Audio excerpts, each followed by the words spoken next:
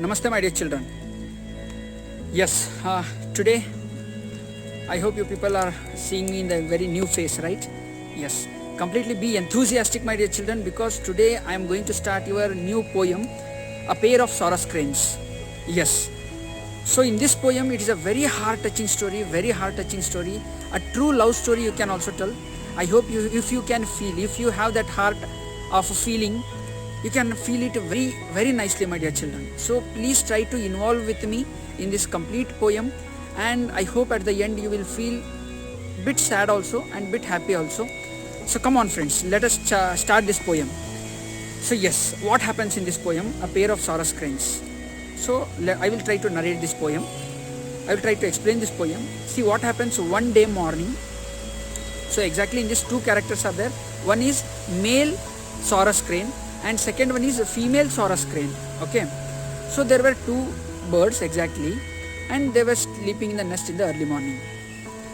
So one day what happens suddenly, on that particular day somewhere it was feeling like this, like sun was also unwilling to rise on that day. So nature was very boring on that day. So that particular day everything was looking like very bad. All the situation was it was very sorrowful day. So suddenly on that day what happened, this male Saurus crane, when it opened his eyes, it was feeling like not to wake up on that day, but even though it was trying to wake up, and as usual it wants to bring food and everything, so it tried to stretch its head like this, and it opened his head also, and it wants to go away, or it wants to, both the birds, they wanted to fly high in the sky to in searching of the food and all the other works that birds will also be having its works, no? So this happens. So both the birds, after waking up, they fly high in the sky. So while flying very high in the sky, suddenly a situation encounters them. These two were male and female birds. They were like husband and wife, or they were like both lovers. They both were in deep love. So what happened suddenly, when both were flying very high in the sky, here on the earth, without any sort of humanity, a bird shooter was there who was joyfully enjoying shooting the birds.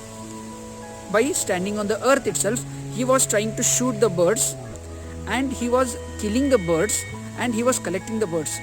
Suddenly he saw these both birds were flying in the sky. So what he does, he will take his gun and he will keep the direct aim on that particular male Saurus crane, and he shoots upon it. And unfortunately that shot directly comes and hits this particular male Saurus crane in the sky, and because of losing its strength, it suddenly falls down from the very high sky. It falls down very fastly on the earth. And all these situation, all these incident, very sorrowful incident, very bad incident, the female bird was observing, which was flying there high in the sky. After falling down of this particular bird, that shooter, what he does, he will hold the arms of that birds, and he will put that bird inside the bag. And this situation was like this. It hurted very much that female bird, because he, in callousness, that means callousness means without respecting the feelings of others, or without respecting the feeling of that particular bird, he took that bird through its arms, he holded it with the arms, and he put that bird inside the bag. That too, how we used to put the dirty cloths inside the bag, no? Like the same way he put that particular bird inside the bag, and he tried to take that bird very callously, or very hatredness, and along with some sort of what you call like cruelty, he carried that to his home.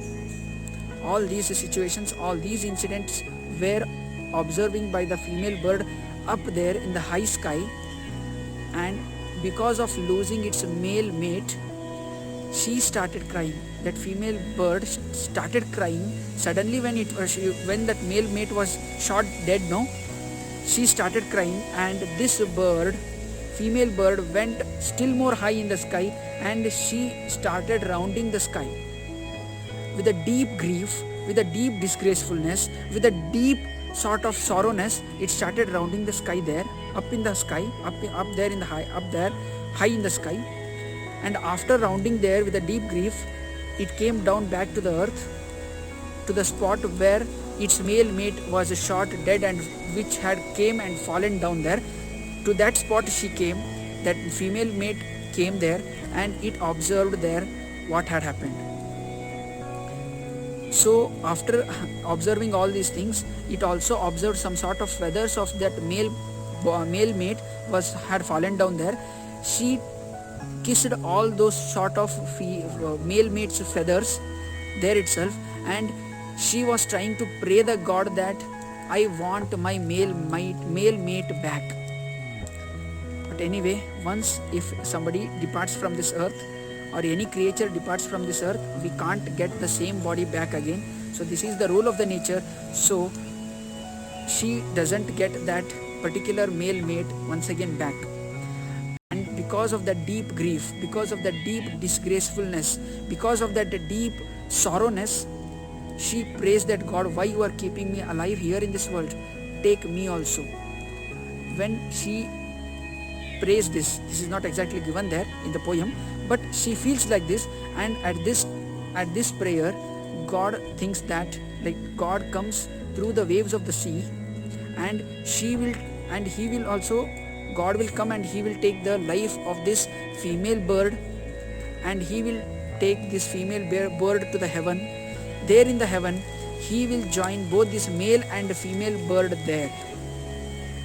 So here the poem ends, but here there is a sort of personification and some sort of other figures of speech used here in this poem, which is trying to tell us so many lessons, my dear children, right? So I hope you have understood this poem. So in this poem, exactly what we can understand the life lesson, that is, first thing, we have to have humanity, my dear children, humanity.